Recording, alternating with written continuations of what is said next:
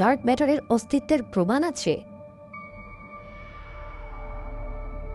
আমরা যা কিছু দেখতে পাই তা পুরো মহাবিশ্বের খুবই সামান্য অংশ। বিজ্ঞানীরা মনে করেন মহাবিশ্বের ৮০% এমন কিছু যা দেখা যায় না। এর নাম ডার্ক ম্যাটার। মহাকাশে আমরা যা দেখি তা কেবল দৃশ্যমান পদার্থ দিয়ে ব্যাখ্যা করা যায় না।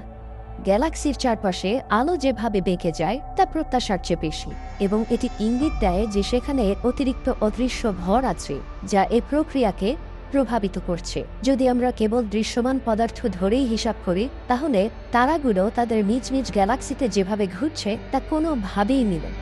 কিছু একটা নিশ্চয়ই গ্যালাক্সিগুলোকে একত্রে ধরে রেখেছে, এক ধরনের অদৃশ্য আঠার মতো।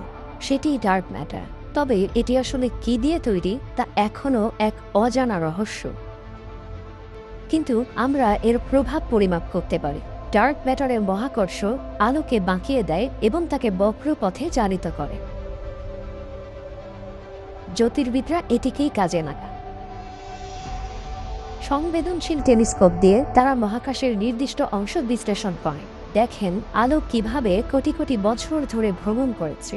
এর মাধ্যমে ডার্ক ম্যাটারের বিস্তৃতি নিয়ে মানচিত্র তৈরি করা যায়। আর তথ্য যত নিখুঁত হয়, মানচিত্র তত উন্নত হয়।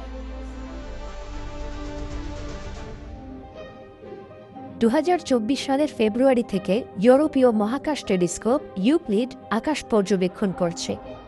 তার মিশন হল গত ১০ বিলিয়ন বছরে ডার্ক ম্যাটার কিভাবে ছড়িয়ে পড়েছে তার একটি নির্ভুল মানচিত্র তৈরি করা।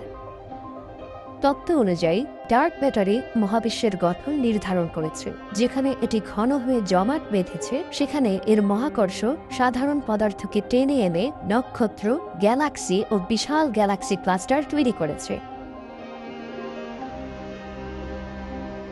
এখন পর্যন্ত ডার্ক ম্যাটার নিয়ে আমাদের পরিমাপ এই ধারণার সঙ্গেই মিলে যাচ্ছে। কম্পিউটার সিমুলেশন আরও একটি পরোক্ষ প্রমাণ দেয়। এতে গ্যালাক্সি ও গ্যালাক্সি ক্লাস্টার কিভাবে গঠিত হয়েছে তা মডেলিং করে কয়েক বিলিয়ন বছরের ঘটনা প্রবাহ কয়েক সেকেন্ডে দেখানো হয়। ফলাফল পরিষ্কার, ডার্ক ম্যাটার ছাড়া আজকের মহাবিশ্ব এমন হতো না।